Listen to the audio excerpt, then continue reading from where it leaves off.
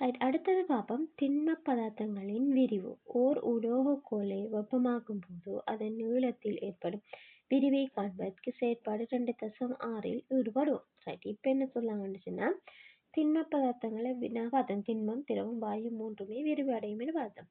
Right. இப்போ நாங்கள் பார்க்குற திண்ம பதார்த்தங்கள் எப்படி விரிவடையுதுங்கிறத பார்ப்போம். அப்போ உதாரணத்துக்கு இங்கே சொல்லாங்க இந்த செயற்பாடு 2.6ங்கன்னா உலோகக்கோளை வெப்பமாக்கக்கோளை அடி நீளத்தில் ஏற்படுற மாற்றத்தை பார்ப்போம்னு இன்னைக்கு இந்த செயற்பாடை செய்கிறாங்க. இவ்விரிவு வெற்றி கண்ணுக்கு புலனாகாமல் இருப்பதனால் அதனை அவதானிப்பதற்கு உத்தி ஒன்று பயன்படுத்தப்பட்டுள்ள விதத்தை பாருங்கள். ஸோ நாங்கள் ஆல்ரெடி பார்த்தோம் இந்த திண்மங்களில் ஏற்படுற விரிவு வந்து எங்களோட கண்ணுக்கு புலப்படுறது விரிவடைந்து தானிக்கும். ஆனால் எங்களுக்கு அதை விரிவடைஞ்சிருக்கான்னு சொல்லி எங்களோட கண்ணால் பார்க்க இயலாது. ஆனால் திரவம் வாயுக்கள் எடுத்தோம்னா அது எங்களுக்கு ஈஸியாக அவதானிக்கக்கூடியதாக இருக்கும். ஸோ இந்த 2.6 பார்ப்போமா. இந்த ஏறத்தாழ 1 மீட்டர் நீளமான ஒரு உலோகக்கோள் குறுக்கி இணைக்கும் பித்தளைக்கோள் உகந்ததுன்னு சொல்றாங்க. ரைட். அட்டை தாளிலிருந்து வெட்டி எடுக்கப்பட்ட ஒரு அரை வட்டம். ரைட். ஒரு பென்சில் ஏறத்தாழ 5 சென்டிமீட்டர் நீளமுள்ள கம்பித்துண்டு, 2 மெழுவர்த்திகள் ஆகியவற்றை எடுத்துக்கொள்ளுங்கள். படத்தில் உள்ளவாறு பரிசோதனை ஒழுங்கமைப்பை தயார் செய்யுங்கள். உலோகக்கோளை வெப்பமாக்கும் போது நடைபெறுபவற்றை அவதானிங்க. இப்போ என்ன சொல்றாங்கன்னு சொன்னா 1 மீட்டர் கோல் எடுக்க சொல்லாங்க. அடுத்தது வந்து அட்டை தாள் எடுக்க சொல்லாங்க. அந்த அட்டை தாளிலிருந்து அரை வட்டமாக வெட்டி எடுக்கப்பட்ட ஒரு பென்சில் எடுக்க சொல்லாங்க. அடுத்தது 5 சென்டிமீட்டர் நீளம் இருக்கிற கம்பி துண்டு எடுக்க சொல்லாங்க. அடுத்தது வந்து மெழுகுவர்த்தி எடுக்க சொல்லலாம். இப்போ அது இந்த செட்டப்பை நாங்கள் படத்தில் காட்டப்பட்டிருக்கிற மாதிரி செட் பண்ண சொல்கிறாங்க. ரைட். செட் பண்ண சொல்லப்பட்டு சிட்டிய நடுவில் வந்து இந்த மெழுகுவர்த்தியை சூடாக்கி அதுக்கு மேலே அந்த இது பண்ண சொல்லுவாங்க. அதுக்கு மேலே இந்த கோலை வைக்க சொல்கிறாங்க. ரைட். உலோகங்களை வெப்பமாக்கும் போது காட்டியாக பயன்படுத்திய கோல் வலது பக்கமாக சுழலும். உலோகங்களை வெப்பப்படுத்தக்குள்ள என்ன சொன்னாங்க, காட்டியாக பயன்படுத்திய கோல் என்ன செய்யும் என்று சொன்னாங்க, வலப்பக்கமாக சுழலும் என்று சொல்றாங்க. விதத்தை அளவுடையை பயன்படுத்தி அறிந்து கொள்ளலாம். ஸோ இன்னைக்கு என்ன சொல்லாங்க, வலது பக்கம் வந்து நாங்கள் ஒரு அளவுடை ஒன்று செஞ்சு வச்சிருக்கோம். ரைட். அதுக்கு தான் நிறைய வெட்டப்பட்ட அட்டை தாள் எடுத்தோம். அதில் வந்து அந்த சரியா கோல் நடுவில் வச்சு இப்போ நாங்கள் என்ன செய்யறோம்னு சொன்னால் அந்த 5 சென்டிமீட்டர் நீளமான கம்பி துணை மாடத்தோட பொருத்தி வைக்கணும். சரியா வச்சுட்டு இப்போ நாங்கள் என்ன செய்யணும்னு சொன்னால் இப்போ பார்ப்போமாக இருந்தால் நீளம் வந்து 2 பக்கம் வலது பக்கமாக நீச்சி வந்தாலும் இப்போ நாங்கள் வலது பக்கம் மட்டும்தான் அந்த அட்டைத்தாள் வந்து வச்சுக்கோங்க. அதனால அங்கே அந்த வலது பக்கம் ஏற்படுற மாற்றத்தை மட்டும்தான் இப்போதைக்கு அவதானிக்கக்கூடியதாக இருக்கு. இவ்வாறு அது சுழல்கின்றமைக்கு காரணம் உலோகக்கோளின் நீளம் அதிகரிக்கின்றமை ஆகும். ரைட். இப்போ நாங்கள் இந்த கம்பித்துண்டு நாங்கள் அந்த இதோட பொருத்தி வச்சிருக்கோம். அதனால் என்ன நடக்குமாக இருந்தால் நீளம் கூடக்குள்ள இப்போ செங்குத்தாக இருந்தது அது வந்து சுழல தொடங்கும்.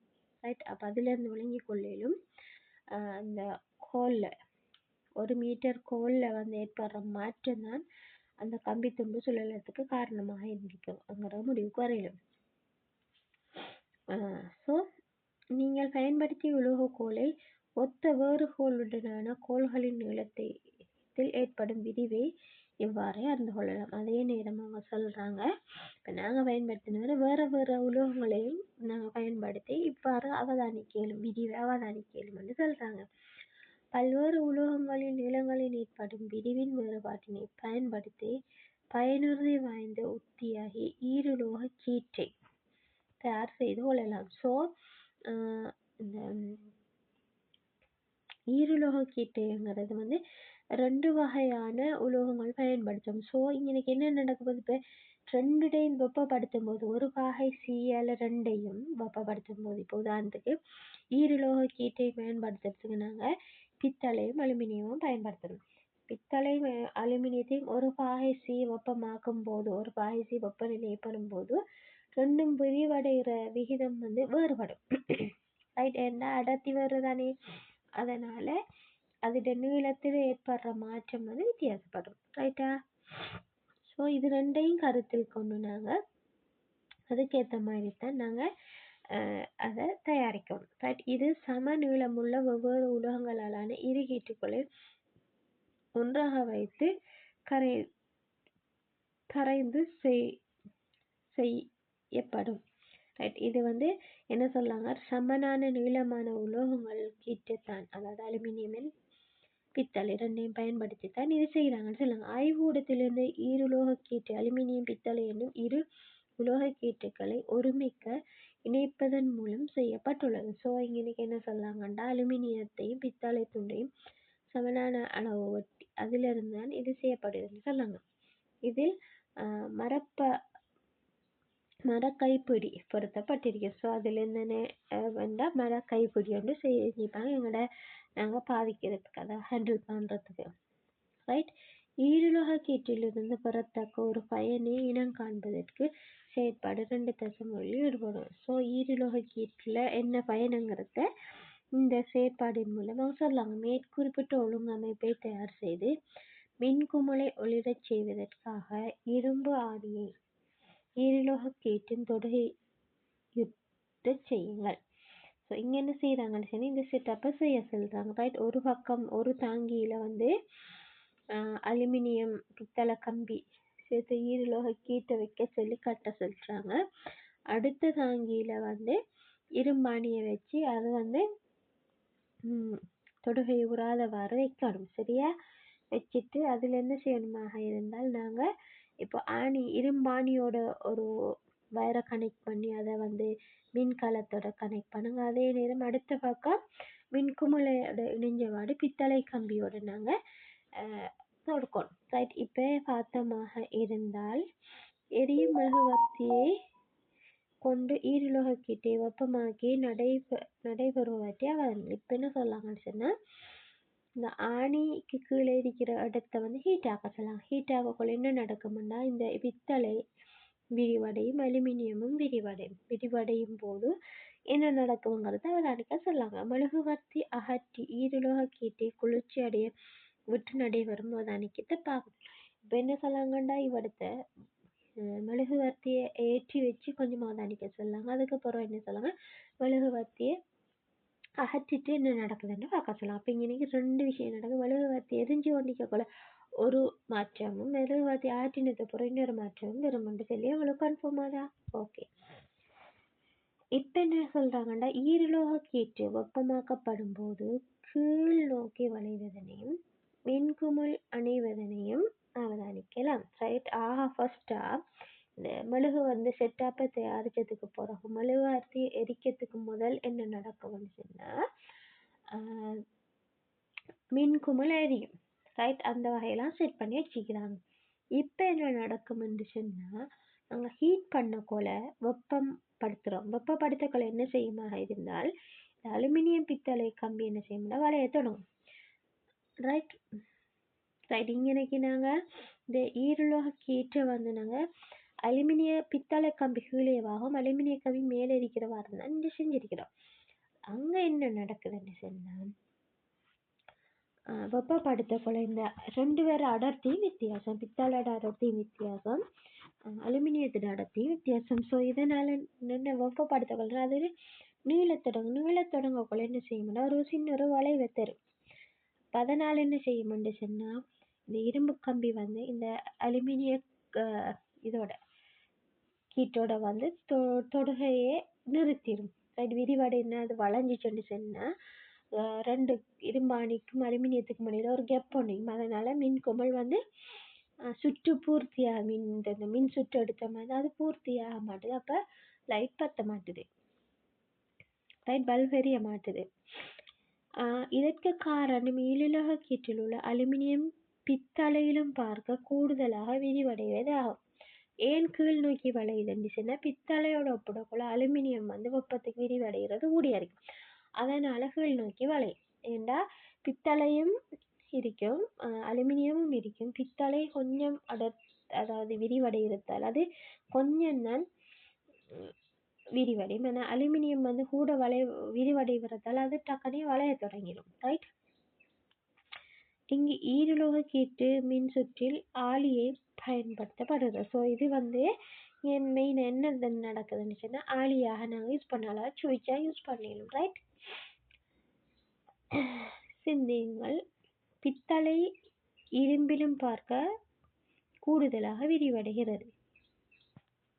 இப்போ என்ன சொல்லலாம், முதல்ல நாங்கள் பார்த்தோம் அலுமினியத்தையும் பித்தளையும். அலுமினியத்தோட ஒப்பிடக்குள்ள பித்தளை வந்து குறைவாகத்தான் விரிவடையுது. மாறி செல்லுவோம் என்றால் பித்தளை வந்து அலுமினியத்தோட கூடுதலாக விரிவடையுது. ரைட். பித்தளை வந்து குறைவாக விரிவடையுது வெப்பப்படுத்தும் போது, அலுமினியம் கூடுதலாக விரிவடையுது. ரைட்டா? அதை வழங்கிட்டேன். இப்போ சொல்லுங்க, பித்தளையும் இரும்பையும் எடுத்தமாக இருந்தால் பித்தளை வந்து இரும்பை விட கூடுதலாக விரிவடையும். இப்போ இது அலுமினியம் பித்தளை இரும்பு எடுத்தமாக இருந்தால் அலுமினியம் ஆக கூடுதலாக விரிவடையும். அதுக்கு பிறகு குறைஞ்சளவு விரிவடைகிறது பித்தளை, அதை விட குறைஞ்சளவு விரிவடைகிறது வந்து இரும்பு. மாறி செல்வோம் என்றால் இரும்பு வந்து குறைந்த அளவு தான் ஓரளவுக்கு விரிவடைந்து அதை விட கூட பித்தளை விரிவடையும். பித்தளையை விட கூடுதலாக அலுமினியம் விரிவடையும். பித்தளை இரும்பு ஈருலோக கீட்டு வெப்பமாக்கப்படும் போது வளையும் விதத்தை தேர்ந்தெடுங்க. இப்போ மேலுக்கு பித்தளை இருக்குமாக இருந்தால் கீழுக்கு இரும்பு இருக்குமா இருந்தால் எப்படி நடக்குது, இரும்புக்கு வந்து விரிவுறாத அளவு குறைய பித்தளை விட. அப்போ மேலே பித்தளை இருக்குமாக இருந்தால் கீழ் நோக்கி வளையும். ரைட். அப்போ முதலாவது படம் வரும். ஏன் ரெண்டாவது படம் வராது என்று சொன்னால் இரும்புட இரும்பு அந்த ஆஷ் கலரில் இருக்கிறது வந்து இரும்பு, மஞ்சள் கலரில் கோடு போட்டது வந்து பித்தளை. இப்போ நாங்கள் ஆல்ரெடி பார்த்தீங்கன்னா முதலாவது செஞ்சுருக்காங்க இரும்பு பித்தளை எடுத்த மாட்டா பித்தளை இரும்பை விட கூடையாக விரிவடையும். அப்போ இங்கே அலுமினியமும் பித்தளையும் மாதிரி யோசிக்கும். ரைட். ஸோ இங்கே இரும்பு கீழே இருக்குமா இருந்தால் பித்தளை மேலே இருக்குமா இருந்தால் வளைவு வந்து கீழ் நோக்கி இருக்கும். ரைட். அதால் முதலாவது திண்ம பொருட்களின் விரிவை எமது நாளாந்த பணிகளில் பயனுறுதி வாய்ந்த விதத்தில் பயன்படுத்தலாம். ஸோ இந்த திண்ம நாங்கள் நான் சொன்னதானே பித்தளை இரும்பு அலுமினியம் இதெல்லாம் வெப்பத்துக்கு விரிவடைத்தானே இந்த பிரிகை அடையிறத நாங்கள் உண்மைக்குமே பயனுள்ளதாக எங்களோட நாள் அந்த வாழ்க்கையில் பயனுள்ளதாக நாங்கள் அதை பயன்படுத்திலும் சொல்லாங்க. அவற்றை பற்றி இப்போது ஆராயும். திண்ம பொருட்களின் விரிவின் பயன்பாடு. மரத்தினால் செய்யப்பட்ட வண்டிச்சில்லின் வளையத்தை பொருத்துதல், இறுக்கிய கண்ணாடி போத்தலில் உலோக மூடியை கழற்றுதல் போன்ற சந்தர்ப்பங்களில் விரிவு பயன்படும் விதம் பற்றி தரவுகளில் கற்றுள்ளீர்கள். ரைட். இது உங்களுக்கு ஞாபகம் இல்லைன்றா கிரேட் 7 புக்கை கொஞ்சம் ரீட் பண்ணிட்டு வாங்க, அப்போ உங்களுக்கு ஈஸியாக வழங்கும். இனி ஈருலோக கீட்டின் வேறு பயன்பாடுகள் பற்றி ஆராய்வோம். ரைட். மின்னழுத்தியினதும் மின்சூளையினதும் வெப்ப நிறுத்தியில் வெப்ப ஆளுகை பயன்படுத்துதல். ரைட். மின் அழுத்தி என்று சொல்வது அயன் பாக்ஸ்லையும் மின்சூளையிலையும் வெப்ப நிறுத்தினால் வெப்ப ஆளுகை எப்படி வெப்பத்தை நாங்கள் கட்டுப்படுத்துகிறோம் வெப்ப நிறுத்தினால்னு சொல்லி பார்க்க போகிறோம். மின் அழுத்தி இப்போ நாங்கள் உண்மைக்குமே மின் அழுத்தி அயன் பாக்ஸ் எடுத்தோம்னா நாங்கள் சுவிட்சை போட்டு கொஞ்சம் நேரம் வைக்கக்கூடாது, அதில் வந்து அந்த லைட் கொஞ்சம் நேரத்தில் ஆஃப் ஆகுது. ரைட். அப்படி தான் ஹீட்டும். ரைட். ஒரு குறிப்பிட்ட தூரம் வெப்பமாகக்குள்ள என்ன நடக்குமாக இருந்தால் அந்த மின் ஆட்டோமேட்டிக்காக அதில் இருக்கிற ஈருலோக கீட் என்ன செய்யும்னா ஒன்று வளைய தொடங்கும். வளையமாக இருந்தால் அங்கே மின் தோண்டிக்கப்படுது.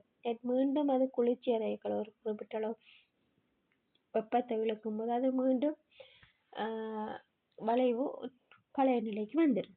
ரைட். மின்னழுத்தியில் அல்லது மின்சூளையில் வெப்பநிலையில் மாறாமல் பேணுவதற்கு வெப்பச்சுருளின் ஊடாக பாயும் மின்னோட்டத்தை கட்டுப்படுத்தும் தன்னியக்க ஆளியாக ஈருலோக கீட்டு பயன்படுத்தப்படுகின்றது. ஸோ இன்னைக்கு மின் அழுத்தி அறிக்கட்டும் மின்சூளை அறிக்கட்டும் இங்கே வெப்பத்தை மாறாமல் பாதுகாக்கிறதுக்கு என்ன செய்யணும், இப்போ நாங்கள் எப்படி சொல்லுவாங்க இப்போ நாங்கள் அயன் பாக்ஸில் வந்து சுவிட்சை போட்டு நாங்கள் இப்போ ஹீட் பண்ணி கொண்டிங்கன்னா இப்போ மின்சாரம் வர வர வர என்ன நடக்கணும் இன்னைக்கு வெப்பம் கூடிக்கொண்டே போகணும் இல்லையா? அப்போ வெப்பம் கூடிக்கொண்டு போகக்குள்ள உண்மைக்கு எங்களோட உடுப்பாயும் பண்ணலுமா ஒரு குறிப்பிட்ட வெப்பநிலையை தாண்டி போகக்குள்ள எங்களோட உடுப்புகள் கத்துறதுக்கு மேலும். ஸோ அதை கட்டுப்படுத்துறதுக்கு தான் நீங்கள் இன்னைக்கு ஈரலோக கீட்டு அந்த வெப்பநிலையை மாறாத ஒரு குறிப்பிட்ட வெப்பநிலையை தான் அது சரணம் இல்லாட்டி நேரம் மின்சாரம் பாய்ஞ்சு கொண்டு இருக்குமா இருந்தால் அதிக அளவான அங்கே இன்னைக்கு வெப்பம் உருவாக இருந்தால் குறிப்பிட்ட வெப்பநிலையில் ஒவ்வொரு எங்களோட பொருட்களுக்கும் ஒவ்வொரு குறிப்பிட்ட வெப்பநிலை அந்த வெப்பநிலை தானக்குள்ள எங்களோட நாங்கள் அயன் பண்ணுற உடுப்புகள் எல்லாம் பற்ற வலிக்கணும் ரைட். அதனால தான் நீங்கள் இன்னைக்கு இந்த ஈரலோக கீட்டுகளை ஆளிகளாக பயன்படுத்துகிறாங்க. வெப்பச்சுருள் குறித்த வெப்பநிலையை அடைந்ததும் ஈரலோக கீட்டு வளைந்து மின்சுற்றின் தொடர்பு அற்றுப்போகும் ரைட். இப்போ நாங்கள் மெயின் சுவிட்சை போட்ட உடனே எனி டைம் மின்சாரம் வந்து அந்த உள்ளுக்கு இருக்கிற செட்டப்பை வந்து சூடாகும் ரைட். வெப்பநிலையை கூட்டிக்கொண்டே போகும் மின்சாரம் வர வர கூடிக்கொண்டே போகும். ஒரு கட்டத்தில் அப்போ இப்படி கூடிக்கொண்டு போகக்குள்ள என்ன நடக்கும் அதை நிறுத்தணும். அதுக்குத்தான் உள்ளுக்கு என்ன செய்வாங்க ஈரலோக கீட்டு வச்சிருப்பாங்க. வச்சுக்களை வெப்பம் கூடக்குள்ள ஒரு குறிப்பிட்ட அளவு வெப்பத்திலேயே தாண்டக்குள்ள அது வந்து அந்த உள்ளுக்கு இருக்கிற ஈரலோக கீட்டு வந்து வளைய தொடங்கிடும். வளைஞ்சிச்சாக இருந்தால் ஆட்டோமேட்டிக்காக அந்த வெப்பநிலை கட்டாயி வெப்பநிலை ஒரு மாறாத வெப்பநிலைக்கு வரும் ரைட். அதுக்கு பிறகு திருப்பி நாங்கள் அயன் பண்ணக்குள்ள வெப்பநிலை குறையும் ரைட். அந்நேரம் அந்த உள்ளுக்கு இருக்கிற ஈரலோக கீட்டு பழைய நிலைக்கு வரும். குளிர்ச்சி அடையுதானே இன்னைக்கு குளிர்ச்சி அடைய பழைய நிலைக்கு வரக்குள்ள திருப்பி மெயின் சுவிட்ச்லேருந்து வர மின்சாரம் மீண்டும் ஹீட் ஆகும் அந்த ஈரலோக கீட்டு. ஒரு குறிப்பிட்ட அளவு வெப்பநிலை அவர்கள் மீண்டும் அது வளைய தொடங்கும். அது மின்சாரம் துண்டிக்கப்படும். இதுதான் நாங்கள் இன்னைக்கு நடக்குது. வெப்பம் கிடைக்காமையினால் ஈரலோக கீட்டு குளிர்ச்சி அடைந்து மீண்டும் தொடக்க நிலையை அடையும் போது மின்சுற்று பூரணமாகும். அப்போது வெப்பச்சூழல் மறுபடியும் வெப்பமாகும். இதான் அங்கினைக்கு நடக்குது ரைட். மின்னழுத்தியின் கைப்பிடிக்கு அண்மையில் உள்ள செப்பம் செய்யும் ஆணியை ஈரலோக கீட்டுடன் தொடுகையுறுமாறு சுழற்றுவதன் மூலம் கூடுதலான வெப்பநிலைக்கு வெப்பமாகலாம். இப்போ நாங்கள் பார்த்துருக்கோம் அந்த வெப்பநிலையை 1 2 3க்கெல்லாம் மாற்றுற இது சிஸ்டம் ஒன்று இருக்குது. இப்போ எங்களுக்கு தேவையான அளவு வெப்பத்தை இன்னைக்கு மாற்றிடும். அப்போ குறைந்த அளவு வெப்பமாக இருந்தால் குறைந்த அளவு வெப்பத்தோடையே வரும். கூட வேணும்னு சொன்னால் அதுக்கேற்ற மாதிரி நாங்கள் அட்ஜஸ்ட் பண்ணுவோம் இருந்தால் அதுக்கேற்ற மாதிரி வெப்பநிலை வரும் ரைட். தீ அறிவிப்பு உபகரணங்களில் தன்னியக்க ஆளியாக பயன்படும் ரைட். இப்போ தீ அறிவிப்பு ரைட் அந்த ஃபயரிங் சிக்னல் தார அந்த உபகரணத்திலேயும் தன்னியக்க ஆளி ஒன்று பயன்படுத்தப்பட்டது ரைட். தீ ஏற்படும் போது அதனை அறிவிக்க பயன்படுத்தப்படும் உபகரணம் தீ அறிவிப்பு உபகரணம் ஆகும். ஒரு பில்டிங்லேயோ ஒரு இடத்துலையோ தீ ஏற்பட்டு செல்ல அதை அறிவிக்கிறதுக்கு பயன்படுத்துகிற உபகரணம் தான் தீ அறிவிப்பு உபகரணம் ரைட். தீ ஏற்படும் போது ஈரலோக கீட்டு வெப்பமாகி வளையும். ஸோ இங்கனைக்கும் அதான் நடக்குது. அப்போது மின்சுற்று பூரணம் அடையுது. அங்கினைக்கு என்ன பார்க்க மின்னழுத்தியில பார்க்கறது என்னன்னு சொன்னால் ஈரலோக கீட்டு வந்து அந்த இதோட டச் ஆகக்குள்ள வெப்பநிலை ஆகக்குள்ள தான் அது மின்சுற்று பூர்த்தி ஆகுது. இங்கே நடக்குது மாறி நார்மல் நிலையில பார்த்தமாக இருந்தால் அது வந்து டச் பண்ணித்தான் இருக்கும் ரைட். ஒன்றோட ஒன்று டச் பண்ணிக்கணும். தீப்பொறியாக கொள்ளின வெப்பத்தின் காரணமாக அது வளையுது. வளையிறத்தால் என்ன செய்யணும் ஈரலோக கீட்டு வந்து வளையும். அப்போது மின்சுற்று பூரணமாகுது. அது செயற்படும் விதத்தை 2.30 விளங்கிக் கொள்ளலாம் ரைட். இப்போ சாதாரண நிலையில பார்த்தமாக இருந்தால் என்ன நடக்குதுன்னா அதில் வந்து பித்தளையும் இரும்பும் தான் ஈரலோக கீட்டு நாங்கள் பயன்படுத்துகிறோம். ஸோ அந்த மின்சுற்று அப்படியே சேர்த்து மின்மணி இருக்கி செப்பஞ்செய்யும் ஆணியும் இருக்கிறார். இப்போ நாங்கள் ஏதாவது ஒரு தீ பரவுதுன்னு சொல்லுங்கள் அந்த உபகரணத்துக்கு பக்கத்தில் அப்போ என்ன நடக்கும்னா அந்த உபகரணம் வந்து வெப்பத்தை பெறுற டைம் அது வளைய தொடங்கும் ரைட். வளையுதுன்னு சொன்னால் எப்படி அதை செட் பண்ணி வைப்பாங்கன்னு சொன்னால் இரும்பும் பித்தளையும் தான் இங்கே பயன்படுத்துனாங்க. இப்போ பித்தளை வழி நோக்கியும் இரும்பு வந்து உள்நோக்கி ஆணியை நோக்கி வந்து இரும்பும் ஆணிக்கு வெளியே வந்து பித்தளை மீக்கும். இப்போ வெப்பமாகக்குள்ள என்ன நடக்குமாண்டா, இந்த பித்தளையும் இரும்பும் சேர்ந்து வெப்பத்தை பெறும். அதே நேரம் வெளியில பித்தளை இருக்கிறதால அது விரிவு ஆற்றல் கூட இரும்போட அதால ஆணியை நோக்கி வளையும். ஆணியை நோக்கி வளையக்குள்ள ஆணியில வர்றதால அங்கே மின்மணி ஒலிக்க தொடங்கும். ரைட், இதான் அங்க நடக்குது. ரைட், சோடியம் ஹைட்ராக்சைடு போன்ற காரமும் தாவர எண்ணெய், விலங்கு எண்ணெய் போன்ற எண்ணெய் வகைகளும் அல்லது கொழுப்புகளும் சவர்க்காரம் செய்ய பயன்படும் மூலப்பொருட்கள் ஆகும். ஸோ இன்னைக்கு இது நீங்க மூணு தெரிஞ்சுக்கோ. சவர்க்காரம் செய்ய பயன்படும் மூலப்பொருட்கள் 3 குறிப்பிடுகாண்டா உங்களுக்கு தெரிஞ்சுக்கணும் இன்னைக்கு. ரைட், சோடியம் ஹைட்ராக்சைடு, தாவர எண்ணெய், விலங்கு எண்ணெய். ரைட், கொழுப்புகள். இலங்கையில் தேங்காய் எண்ணெய் இதற்கு ஒரு மூலப்பொருளாக பயன்படுத்தப்படும். ரைட், தேங்காய் எண்ணெயை பயன்படுத்தி பெரும்பாலும் இலங்கையில சவர்க்காரம் செய்தாங்க. நீரில் கரையாத எண்ணெய் இக்கரைகளை குழம்பாக்குவதன் மூலம் எமது உடலில் இருந்து அல்லது உடை மற்றும் வேறு மேற்பரப்பிலிருந்து எண்ணெய் கரைகளை இலகுவாக ஆற்ற சவர்க்காரம் உதவுகின்றது. ஸோ எண்ணெய் பதார்த்தங்களை பார்த்தோம்னா அது நீரில் இலகுவாக கரையாது. ஸோ அதனால அந்த வகையான கரைகளை நாங்கள் ஈஸியாக எங்களோட உடலில் பட்டாலும் உடையில பட்டாலும் இல்லாட்டி வேறு மேற்பரப்பில் பட்டாலும் நாங்கள் சவர்க்காரத்தை கொண்டு அதை கழுவிடும். முன்வைக்குமே நீங்கள் பாருங்கள், எண்ணெய் சாப்பாடு சாப்பிட்டு போட்டு நீங்கள் பேப்பரால் துடைச்சாலும் சிலியால் துடைச்சாலும் அது அப்படி எண்ணெய் ஆகிக்கான சவர்க்காரம் போட்டு கழுவினீங்கன்னா அது வேத்துடும். ரைட், அகற்றத்துக்கு தான் உதவுது. ரைட், உப்பு நீரில் சவர்க்காரத்தின் கழுவல் வினைத்திறன் குறைவடை. அதே நேரம் என்ன சொல்லாங்கன்னு சொன்னா, உப்பு நீர் எடுத்தோம்னா அதுல சவர்க்காரத்தோட கழுவுற திறன் குறையுதுன்னு சொல்றாங்க. சாதாரண நீர்ல தான் நாங்க சவர்க்காரத்தை போட்டு கையை கழுவக்குள்ள குயிக்கனா தேய்ச்சிரும். அப்படி இல்லாம உப்பு நீரை போட்டு கழுவினோம்னா அந்த சவர்க்காரத்துல அந்த வினைத்திறன் குறையுது. செயற்கை பொருள்களாலான துப்புரவாக்கிகளின் செயற்பாடு சவர்க்காரத்தின் செயற்பாட்டினை ஒத்துள்ள போதிலும் அவை உப்பு நீரிலும் கழுவல் செயலினை பாதிப்பின்றி செய்கின்றன. அதே நேரம் அவங்க சொல்லாங்க, இப்ப நாங்க செயற்கையாக சில துப்புரவாக்கிகள் பயன்படுத்துறோம். அங்க என்ன நடக்குதுன்னு சொன்னா, அங்க உப்பு நீரா இருந்தாலும் சாதாரண நீரா இருந்தாலும் அதாவது செயற்பாடை காட்டிக்கொண்டிருக்கு. அது சவர்க்காரம் மாதிரி இல்லை அப்படின்னு சொல்லாங்க. தற்போது சவர்க்காரத்திற்கு பதிலாக துப்புரவாக்கிகள் அதிக அளவு பயன்பாட்டில் உள்ளன. அது உப்பு நீராக இருந்தாலும் சாதாரண நீர் நாங்கள் துப்புரவாக்கிகள் டிட்டர்ஜென்ட்கள் நாங்கள் யூஸ் பண்ணோம்னே அதுக்கு தண்ணியை பற்றி பிரச்சனை இல்லை. அது எந்த வகையான நீராக இருந்தாலும் அது சரியாக துப்புரவு செய்யுது. ஆனால் சவர்க்காரம் அப்படி இல்லை. சாதாரண நீரில் முழுமையாக அது அகற்றப்படுது. உப்பு நீரில் அதோட திறன் குறையுது. சவர்க்காரத்தினால் கழுவப்பட்ட அழுக்கு நீர் இயற்கையாக பிரிகையாக்கிகளின் தாக்கத்துக்கு உட்பட்டு பிரிகையடைகின்றன. எனினும் துப்புரவாக்கிகளினால் கழுவப்பட்ட அழுக்கு நீர் அவ்வாறு பிரிகையடைய முடியாதாகையால் நீர் மாசடைவதற்கு ஒரு முக்கியமான காரணியாக அவை அமைகின்றன.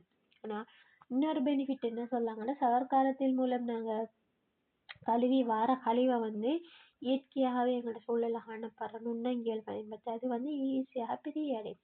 ஆனால் துப்புரவாக்கிகளில் நாங்கள் யூஸ் பண்ணி கழுவி வார கழிவுகளை அது இயற்கை இதால் நாங்கள் பிரிகை அடைய செய்கிறது கடினமாக்கிறதால அதால தான் வலியோ மண்ணோ நீரோ மாசடைவதற்கு பிரதான காரணமாக இருக்குது. ரைட், அவை கலந்த நீரில் நுரை மண்டி ஆகியன உண்டாவதனால் நீர்வாழ் அங்கிகளுக்கு பாதகமான நிலைமையை ஏற்படுத்தி சூழல் பிரச்சனைக்கு எதுவாக உள்ளது. ஸோ அது அடுத்த பிரச்சனையாக இருக்கு. நீரில் மெயினாக கலக்கிறதால அன்னைக்கு நீர்வாழ் உயிரங்கிகளுக்கு பெரிய ஆபத்தாக இருக்கு. அது வாழ முடியாத நிலையை ஏற்படுத்துது.